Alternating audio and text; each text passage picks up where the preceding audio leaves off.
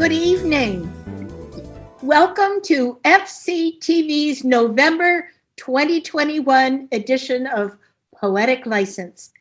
My name is Donna Scheer. Our suggested theme tonight is an abundance of gratitude.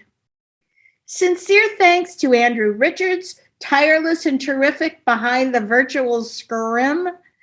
Thank you all for all the wonderful people who volunteer their time and talents to make FCTV a success. And thank you, FCTV, for providing such high quality programming, such as The Conversation, a program which provides a timely dialogue about equity and racial justice with a local focus. There are new episodes that are frequently added.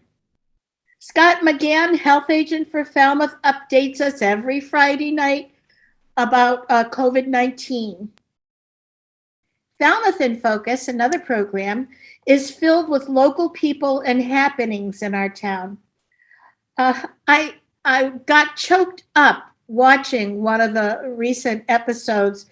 There was a special about the Coonamessett River ribbon cutting.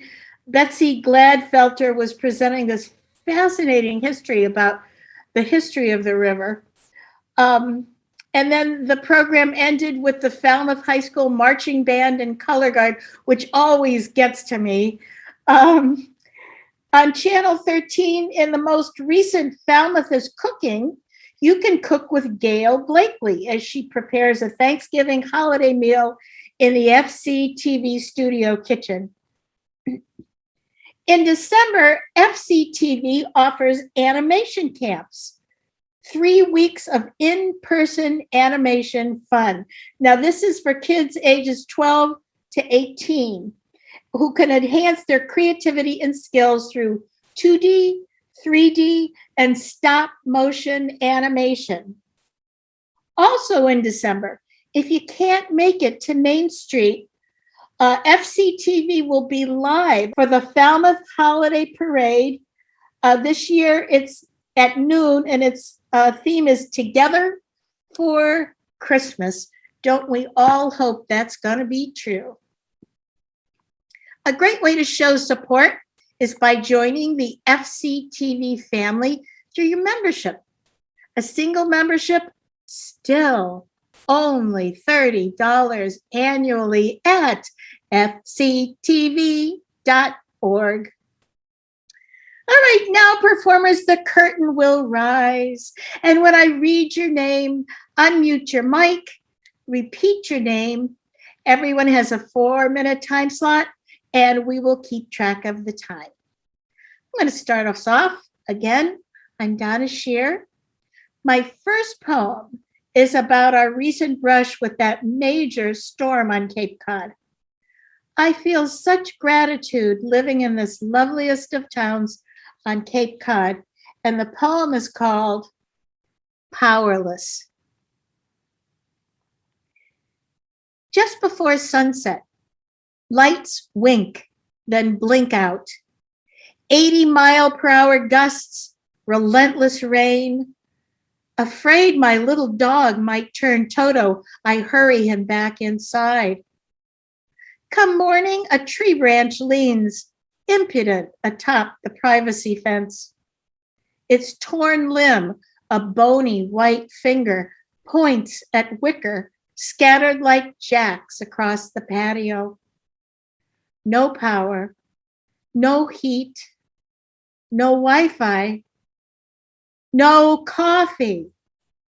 Hunters and gatherers converge at a new convenience store. Me and the young hunks in their clunky steel toes and blazoned layers of sweatshirts. They bow to my white hair and make room in line. No one jostles or huffs, except the cashier, who frets and sweats as he runs out of change. I tell him, keep the coins, and he lights up like a Christmas tree. The road waits for me, tarmac slick with sticks and leaves. None of the traffic lights work. But I'm amazed. Everyone obeys the four-way stop rules, speaking in maestro gestures. At the rec center, volunteers give away gallons of soup meant for a canceled marathon. And in my neighborhood, a clubhouse is opened with generator light and heat and safe congregation. A friend whose power has returned offers a hot shower. Grateful. I feel transformed. All in this together and by the kindness of strangers, empowered.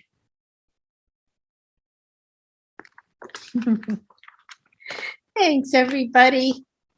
It was a great experience, I have to say, despite 3 days without anything. All right, let's see. Oh, I'm so excited, Lynn Vitti. You are up first, my friend. Hello. That was quite a story about the loss of power. We only lost power, fortunately, for a very short time up closer to Boston. But I know that had we been down here in Wellfleet, it would have been for 3 days. I have a poem that I had ready for last month when we had to reschedule due to power failure. And so it's a Halloween poem. I'm going to read that, and then I have another short one. This is called The Costume Maker. My concept for Halloween was straight from Madison Avenue by way of television. I was going to be Chiquita Banana. My sister, Little Chiquita. We had no idea this United Fruit cartoon drew on tropes of Latin women. We'd never seen old movies of Carmen Miranda. We lived in an all-white neighborhood, went to an all-white school. We didn't know United Fruit ran Honduras. We couldn't even find Honduras on a map. But we liked bananas. We enjoyed a steady diet of them, and black and white television, and the cartoon Dancing Banana Lady. At Charlotte Mill's remnants, I pawed through bolts of yellow cloth till I found the perfect shade, as close to a ripe banana as I could find. I made a pattern from newspaper, tracing our school skirts, approximating their waistbands. I insisted we try on the costumes over and over. First, when the straight pins at the seams pricked our knees, and when the garment was basted with red thread, and when the outfits were ironed and ready. I spent hours basting, sewing, fitting. I didn't know how to use a sewing machine. It was all done by my inexperienced hand. The weather would be cold on Halloween night. We'd have to wear our jackets. Only our skirts would show. We had straw hats from last summer's county fair in Ohio. We made fruits cut out of paper, glued them to the hats, and yet worried that nobody would know who we were supposed to be. We made signs that said Chiquita and Little Chiquita. The hobos in frayed dungarees, bandanas, the fairy princesses, the ghosts wearing old bed sheets with rough holes for eyes, the Superman in a costume from the Five and Dime, they got all the attention from the distributors of M&Ms and Snickers. We could have been girl bums, assembled our disguises in 20 minutes. We could have been witches, or at the last minute thrown on aprons over our dresses. Voila, 2 matching Betty Crockers. We could have been Robbie the Robot or Dale Evans, but instead we were bananas.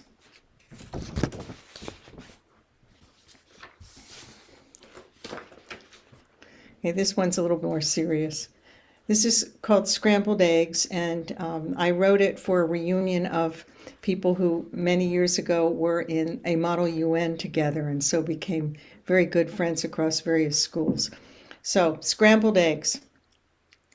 The inscription says, I just don't understand this. It looks to me to be scrambled eggs. Harry S. Truman commenting on the Leger murals at the UN General Assembly Hall. My grandma called the United Nations the League of Nations. I told her the League was dead and gone. When I was 12, our Girl Scout troop took a charter bus to New York. I was fascinated by the UN General Assembly Hall, its scrambled eggs mural, its vastness, its rows of headphones that carried simultaneous translations, French into English or Chinese or Russian, Spanish. I wanted to learn those languages. I wanted to be a translator, moving the argument from one kind of words to another. I wanted world peace, wanted the Soviets to stop scaring Americans, wanted America to stop testing bombs in the Nevada desert. The walls of the General Assembly had murals that looked like fried eggs. I knew nothing about abstract art or the artist. In the halls of the UN, men in Arab robes, African diplomats in fine tailored suits walked by us. Women, also in suits, carried files or clipboards. It was like we were in a movie. I kept hoping I'd see my favorite journalist, Pauline Frederick, my favorite because she was the only woman reporter I knew of.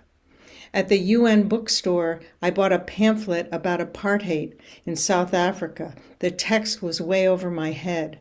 I bought a UN pennant for my bedroom. A 12-year-old in a Girl Scout uniform, badge sash draped across my chest, wanting cooperation among nations, wanting world peace, wanting to work at the UN, wanting to understand it all, wanting to be the next Pauline Frederick. Thank you. Thank you, Lynn. So wonderful. Boy, I could really relate to that first poem. If Grandma didn't make me a costume, I made my own. And even if it wasn't Halloween, I made a lot of costumes. I love that. And what a beautiful memory, the scrambled eggs memory. That's wonderful. Let's see, John Jackson. Well, hello there again. My name is John Jackson, and I write limericks of protest when I am so inspired. After last month's Poetic license was canceled due to storm, I sent the following to Andrew. On Cape Cod, Mother Nature increased her attention with an October nor'easter. From away my belief that her wind-blown mischief knocked Falmouth right on her keister. And a few topical limericks. The once social site Book of Face morphed into a dull marketplace.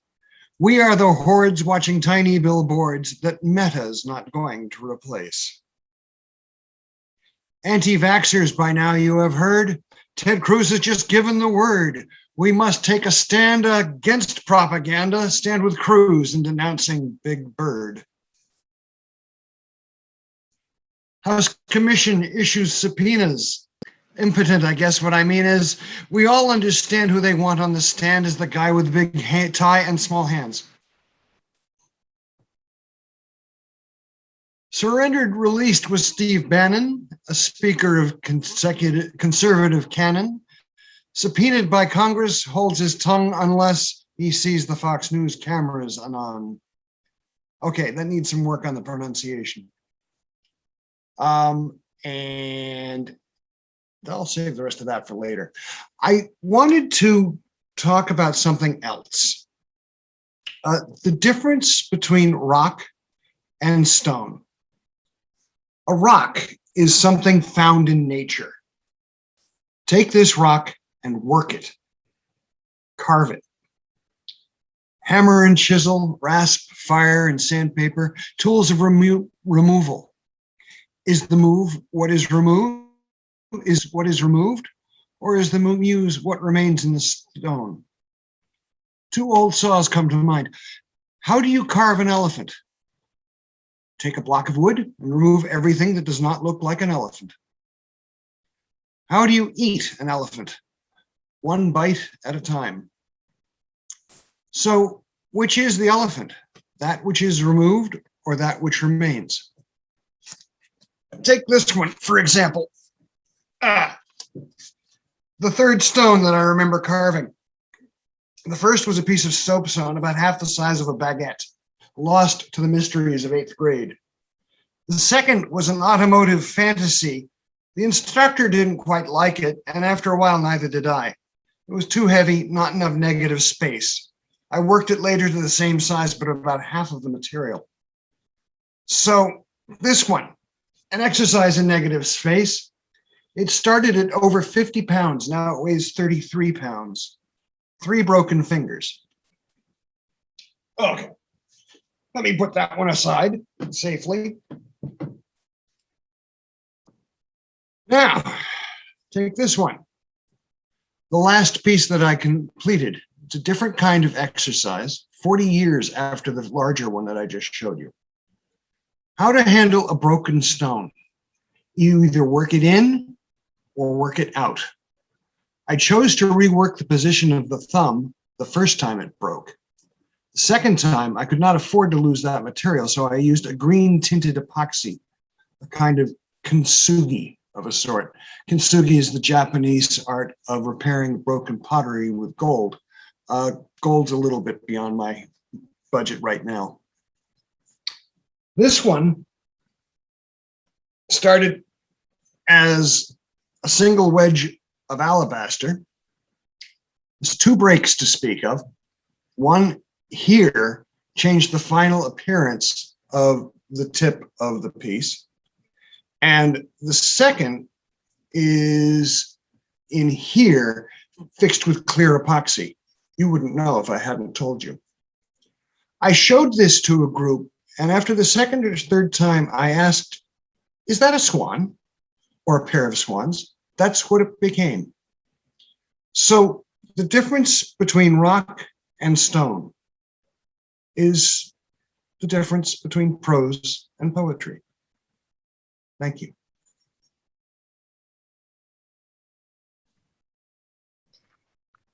Yay. Thank you, John. So cool.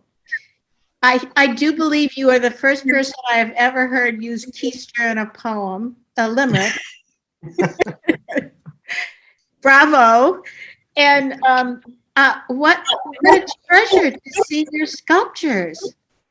Thank you for sharing those with us. That was amazing. And the fact that you know, even things in art which can be broken, it doesn't matter. They can be repaired, or they can be seen as something anew. Carving stone is a subtractive art. There is, of course, additive sculpture like clay. You can add back what you work on. But taking a block of prose and removing everything that's not the elephant is its own form of poetry. That's so true. Wow. Thank you, Mr. Deep Man. All right, let's see. Christina Laurie, you are up, my friend. I couldn't find my cursor. Oh. I was saying something about sculpturing. Michelangelo was asked once how he figured out to make the angel, for instance. And he said, I see the angel in the block of a marble, and I keep cutting away until I release her. Kind of interesting. Well, I tried to do a Thanksgiving theme, and this is a haibun, which is a poem and then a haiku afterwards. Actually, I have 2 haiku, neither of which are very good, but anyways, I'll read them anyway. It's called Discovering. Discovering. Oh, and I'm Christina Laurie. Say that. Discovering that over the years, the lines of life don't change. That thoughts are still the same and memories collect. That life carries on, even after a loved one has died, leaving a void which will never be filled. That hearth and home still welcome, no matter how the physical place may change. That trees may fall and birds may die, but God's caring never ceases. That families gather with thankful blessings, even when it expands and decreases. That in the end, blessings in numbers we never realized, are counted up and remembered and appreciated more and more as the time goes on. And here's the first haiku. Turkey half eaten, Thanksgiving blessings, sunset vibrance. And the second one, turkey eaten, guests gone home, abundance of blessings. Thank you. Yay, thank you. Oh, wonderful pieces, Christina. Thank you so much. The first was almost a prayer. I mean, it was so beautiful. And the haikus made us all smile. So thanks for that as well. All right, Patricia Austin. Hi, I'm Patricia Austin. Now, Christina, that could not have been more perfect for me, leading into me. This has been a very interesting week, not what I expected. My brother passed away last week. He actually passed away last Thursday. And everything has kind of been in that vein for this entire week. And we're coming up on Thanksgiving, which was his favorite holiday. And so I'm going to read you what I wrote about my brother.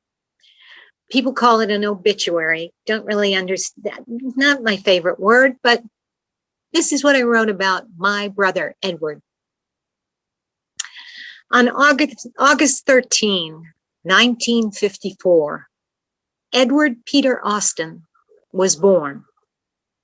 He was a blue baby, a premature birth condition in which the circulatory and other vital body systems are not fully developed. Essentially, there was no blood or oxygen going to his brain or extremities, and our parents were told to prepare for his imminent death.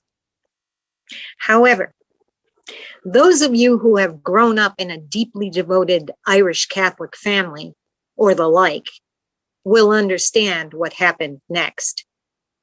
Our powerful Irish Catholic grandmother, or as Ed would refer to her in his best Irish accent, me sainted grandmother, took it upon herself to march into the Monsignor's office, demand he get his relic from the True Cross, and come with her to the hospital. They blessed the baby. And for the first time, he stopped crying. Who knows what was happening inside Ed, or if it was just the perfect moments for his body to kick in. But his systems began to develop. And the doctors, kind of scratching their heads, now said, if he makes it through the night, he might survive. However, they warned our parents that he will be a vegetable, and they better prepare to keep him in an institution for his entire life. A week or so later, Ed went home like a normal baby. And not only was he not mentally challenged, he was brilliant. When Ed started kindergarten, my parents were told by the school that they weren't sure they could accept him because his was the highest IQ they had ever encountered, and they didn't know if they would be able to teach him or do him justice. He was the second and final child of two enlightened, artistic, spiritually astute, and well-spoken people, often described as ahead of their time, who bravely moved their small family to upstate New York when I was 8 and Ed was 5, and who would become affectionately called by their new friends, Mary and Harry Austin of Boston. The move was against the advice and the wishes of two very large Irish Catholic families, and very much against the trends of the time. But my father wanted to tap into the educational possibilities he believed existed in New York State's public school system. It was that system that told my parents Ed was too smart for any public school anywhere, and should be immediately enrolled in a school for little geniuses. At that, our parents balked. So we both went to New York State public schools, where Ed became guru for every misfit kid, regardless of their category. The geeks, the Hell's Angel biker kids, the artists and theater kids, the too shy to talk kids, you name it. He was the Pied Piper. And that is what he's been all his life. My brother has been a chef, a consummate restaurateur, an entrepreneur, co-business owner, running and designing art galleries, as well as retail management. He opened American-style restaurants in England so the British could experience American cuisine that was not fast food. Ironically, he helped make a lot of money for a lot of other people, not himself. His bent has always been customer service, and he was hired as consultant to teach workers in many different disciplines how to competently serve the public. Every group of staff under Ed's wing loved working with him. But Ed hated the spotlight, the public spotlight, unless on stage where he shone like a beacon. He never blew his own horn. Ed was a caregiver, supporting people when they needed help, and he never asked anything in return. The pain of his own empathy was like a blanket encompassing others forced to go through whatever pain was theirs to endure. And pain is what my brother endured over the last 8 months of his life with nobility. I love my brother and miss him more than words can begin to express. I admired and respected him, marveled at him, and often wanted to hit him in the head for a stubborn streak that was unflappable. Ed was Ed, unusual, an artist, a singer, a teacher, with one of the strongest wills that I have ever met embodied in a human being, and a true lover of humanity. As one friend put it so well, Ed had 1 foot here and 1 foot someplace else, always reaching toward and wishing to explore the unknown.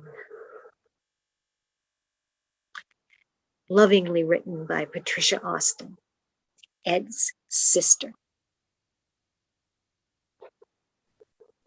Oh, Patricia, that was so beautiful. What an incredible tribute. And I feel like I know him.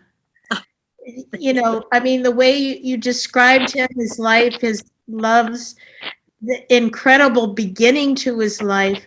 Thank you so much for opening your heart and sharing your brother with us. Well, thank you all for the opportunity and for listening. And I have to tell you, I wish you had all gotten to meet my brother Ed. He was an extraordinary guy, but he certainly was not a guy who would like wave his flag and make you see him as that. So anyway, thank you and happy Thanksgiving to everybody. Thank you, Patricia. Candy Johansen. Hello, my dear. Hello. It's nice to be here after our unexpected month off. And I have to say, Patricia, you're right. I would have loved to have known your brother. Oh my goodness. He sounds like an amazing man. And my heart goes out to you. I have a poem. I guess it's a gratitude poem. I grew up in the country, out in Missouri, very country family. And I had a great childhood with these people. And I'm very grateful for the fact that I did have the childhood I had. And so many kids nowadays don't. Anyway, my poem is called Lemonade and the Moon. Night falls. Peepers start chirping their sing-song chorus. Males sending messages out into the hot, steamy, sticky air. I walk out into the yard, inhaling the heady scent of honeysuckle, the gentle murmur of voices, and the clink of dishes being washed, chasing me into the darkness. My bare feet kick up clouds of dandelion fluff as I shuffle through the grass. I stop in the perfect spot and spread the blanket out across the sweet grass, covering the spent dandelions, hiding them from the moon that hangs full and bulbous in the night sky above. The back screen door swings open with a screech. A dark figure walks through, letting the door slam shut behind them. Wait, a voice yells from inside the house. You bring the glasses. And the dark figure turns, opens the screen door, and reaches out for the tray that is proffered by unseen hands. Another dark figure backlit by the kitchen light. Hold the door, another voice yells, then slips through the open door bearing a large pitcher of lemonade. The one holding the tray of glasses waits patiently as two more people hurry through the door. The last one snapping off the light as they pass by. Everyone walks slowly to the center of the lawn, to the blanket I have spread out for them to sit on, lay on, rest on. Glasses filled with lemonade are passed around, and everyone sits quietly, peacefully, gazing up at the stars, enjoying the simple pleasure of time spent with family. And that was my childhood. And then I have another one. I also rode horses when I was younger. I had riding lessons and everything. So again, the gratitude for having the childhood I did. So this is one for that. It's called Riding a Dream. Can you measure happiness on any scale? Richter, Geiger, Safer-Simpson? Yes, Safer-Simpson.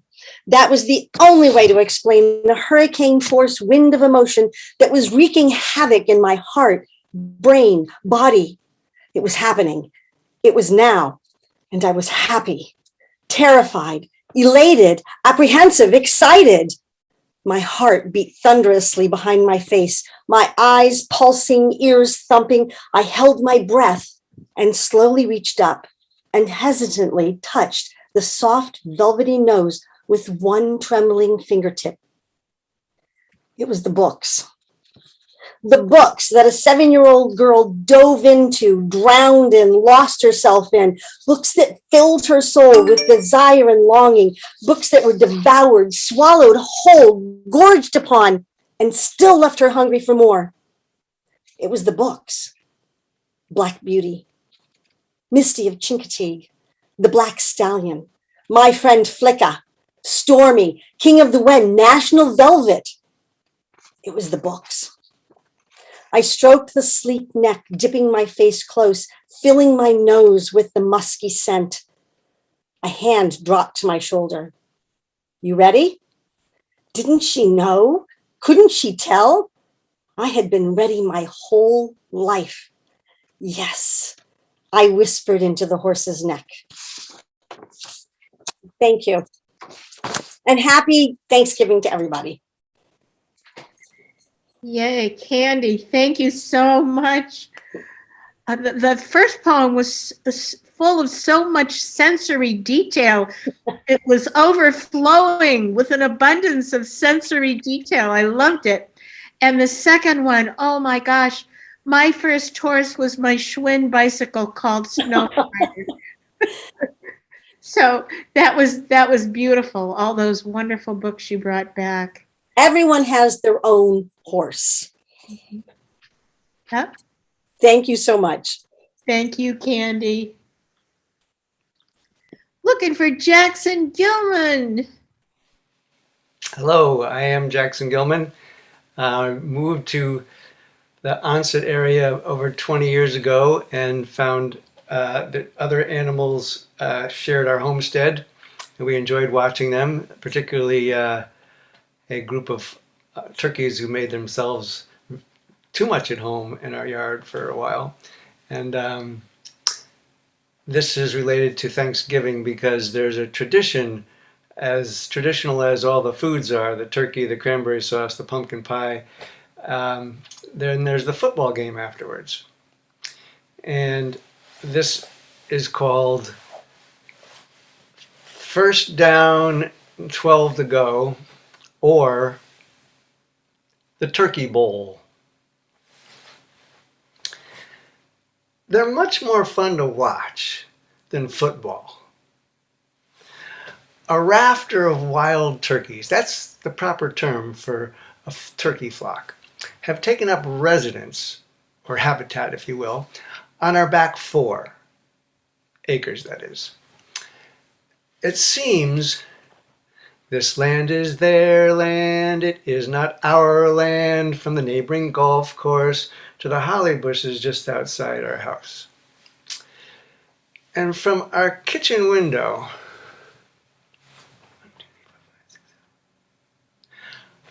a baker's dozen has become a very familiar sight. We marvel at their deep iridescence and their regal bearing. There is no apparent alpha tom, but watching each of them take successive flights up to the top of the barn roof, you could swear that there is a air traffic controller amongst them. Runway is clear for takeoff. Run, run, run, run, run, run, run, flap, flap, flap, flap, flap, flap. We have liftoff. All set up there. Ready for another? Okay, next, go. Run, run, run, run, run, run, flap, flap, flap, flap, flap, flap. We have liftoff. All set up there. Ready for another? Next. Run, run, run, run, run, run, run, flap, flap, flap, flap, flap. They're very impressive and comical. I've been enjoying them. But this winter is their first season here, and soon will come planting time. And I know that they fancy freshly planted seeds and tender shoots. A fence would just be a simple matter of run, run, run, run, run, run, run, run, run, run, flap, flap, flap, fly over.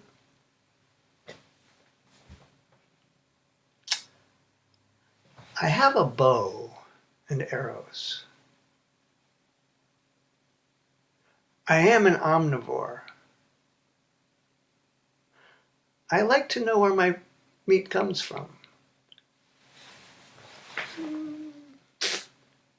I could do it, but I won't. My kids wouldn't eat them, and they would hate me. The other day, I heard a shotgun blast. No sirens followed.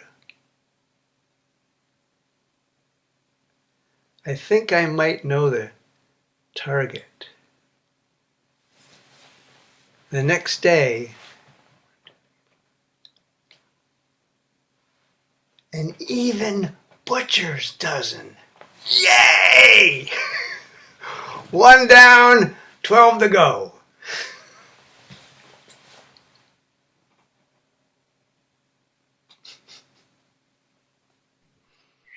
Thank you, Jackson. I love turkey stories. I actually have a troop that marches through my yard most mornings, so I can relate. They march through and then the coyote comes through. So Thank you so much. Lisa Kantor. Hi, everyone. I am Lisa Kantor, and I started writing this poem yesterday, and it's called Thank You, a belated poem for my planet. Have I really never stopped to say thanks a lot to the natural world who let me stay, let me play, let me pay to rent time on her planet?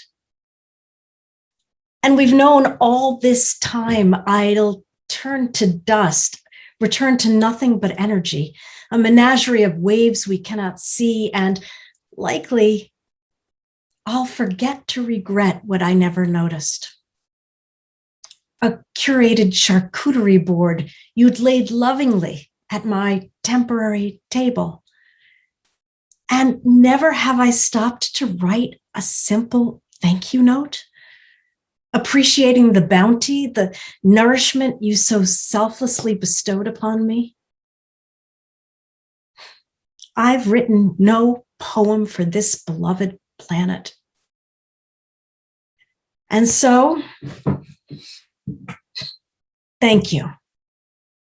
Thank you for housing me, this drifter, this grifter, just foraging my way through your forests like a comb through your tresses. Mistakenly, I thought you wanted me there. I claimed my illusory invitation and ravaged you, dear planet. I've consumed your berries, juice and all, slept in your beds, borrowed dreams and imagined fights, and then I took flight. A spectator delighting in my own senses, spending you, sending you weeping with rage, bereft and astonished. Thank you. We both know I failed you. Never could I ever repay you, but your love has mattered. At least you must know that. Think how we both knew from the start I would leave you, though perhaps we'd hoped for more. No steward have I been, nor intended to be. All aboard, I'd heard you call to me, and as I dutifully, thoughtlessly ascended your ramp and decamped on your deck, sipped your effervescent days, marveled at your gray mornings, covered myself in your snow and watched it melting away, always so certain of another day. Thank you, my captain. With regard and regret, your buffet-bloated, ungrateful patron of the arts who tried to steal your sky, drink your sea, and claim the land as if my name was on the deed, forgetting you'd simply rented to me. Thank you. Thank you. Awesome, Lisa. Dear Lisa, thank you for your lovely, thankful note. Love, Mother Earth. P.S. It was my pleasure. Thank you for the letter. Thank you for your response. Oh, Subith Carlson. I'm Susan Carlson, and I think it's interesting what John had said about how sculpture is created from stone when you it's created by removing what's excess to expose the piece of art. And I had a story that I had written, and it just was too long, and I was going to try to do it tonight anyway. And I just chipped away at it so much that there's not a whole lot left, but I'm going to do it anyway. So my dad just had his 90th birthday. It was a hybrid celebration with visitors viewed from outside his picture window as well as through the window of the computer screen. And since Halloween was approaching, I'd provided animal-themed masks, ears, and glasses for guests to wear. No one used them, so there were no masked animals marauding through his front yard. Yet there were invisible guests about, weaving their own tricks among the treats. Yes, there was mischief about every step of the way. There was a chief I had missed who had taken over the preparations. And I was totally prepared for everything that might go wrong, except the things that did. So rather than telling you each one of them and what happened with each one, and it is rather amusing, I thought I would just give you one as an example. He was diabetic, so I had to have a COVID-safe ice cream cake for him. Just after I had placed balloons in their strategic places and before people had arrived, I had quickly spooned the ice cream into pre-ordered, environmentally friendly cardboard containers that had finally come just days before the party. Stickers ordered weeks before, showing the birthday boy being goofy, had also arrived last minute.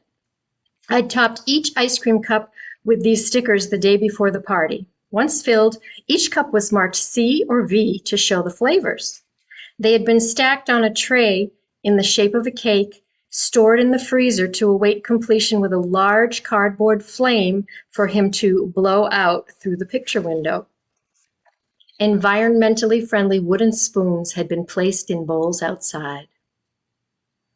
In all the confusion of all the other things that went wrong, I completely forgot to serve it.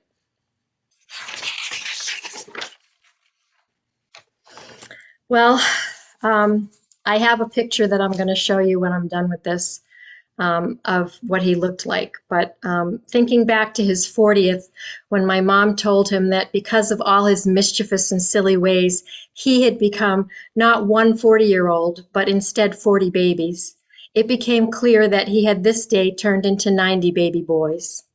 And the mischief finally found its way back to him in the form of previously requested gifts of jokes, memories, and stories, each in the voice of a celebrant wanting to honor him on this special day with their own brand of mischief.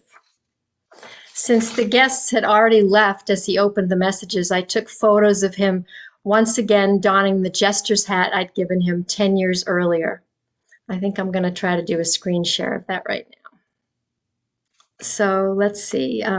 So I took photos of him donning that jester's hat that I'd given him 10 years earlier when he had turned into 80 babies.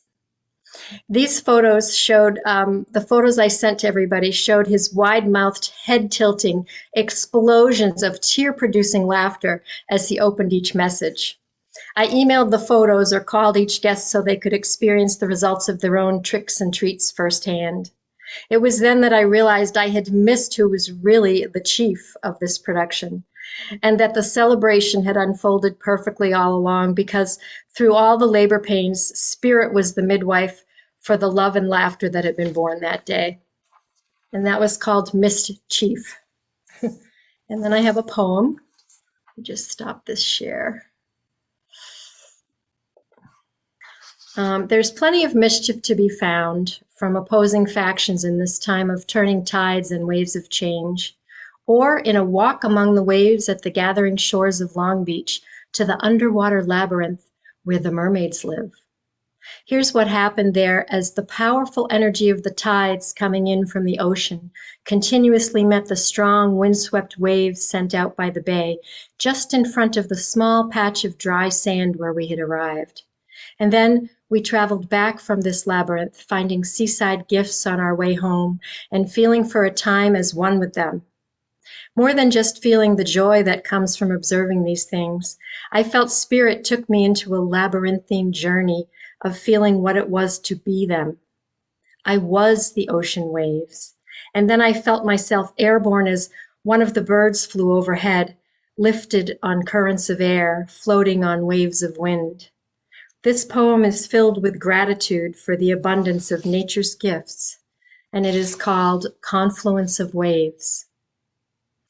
Winds float them on to starboard, tides bring them home to port, and certainly the gifts and waves could build a seaside fort, or waves could come together into violent breaking crests, though full power from opposing sides in confluence flows best. With buoyant, playful rhythms, it comes together, traveling free. Little ripples swiftly flowing gently blend into one sea. Traveling back along the shore, I see eternal rhythmic dance. As I notice it once more, I fall deeply into trance. Its waves pull back and then release. Each time they draw me in. I'm fluid as I float into the place where it begins.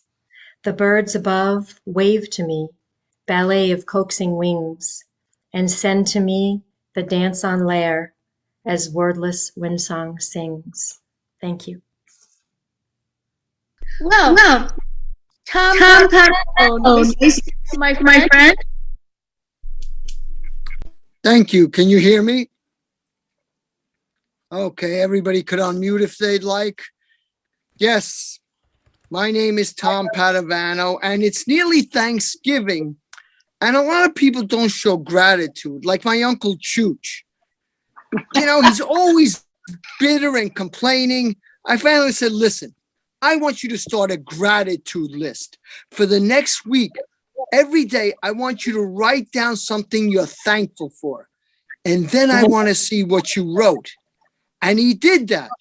But every day, he wrote the same thing. Tom, I'm thankful. I'm not you. Terrible. He wasn't even grateful to his lawyer, Carmine Criminoso.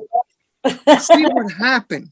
Chooch threw a body out of a moving car, and his lawyer got him off with aggravated littering. Doesn't even thank him. And a few months ago, Chooch was in the hospital, and his wonderful wife visited him.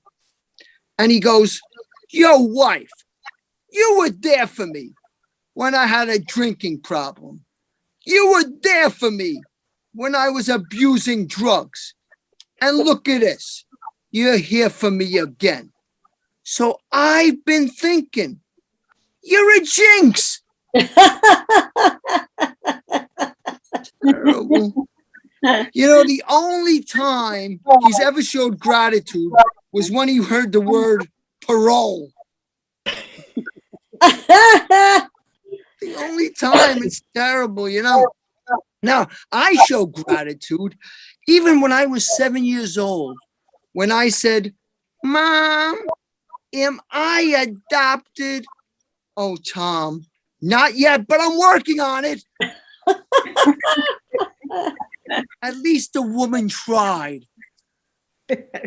And then I remember when my daddy, my sweet daddy, built me a tree house when I turned 50.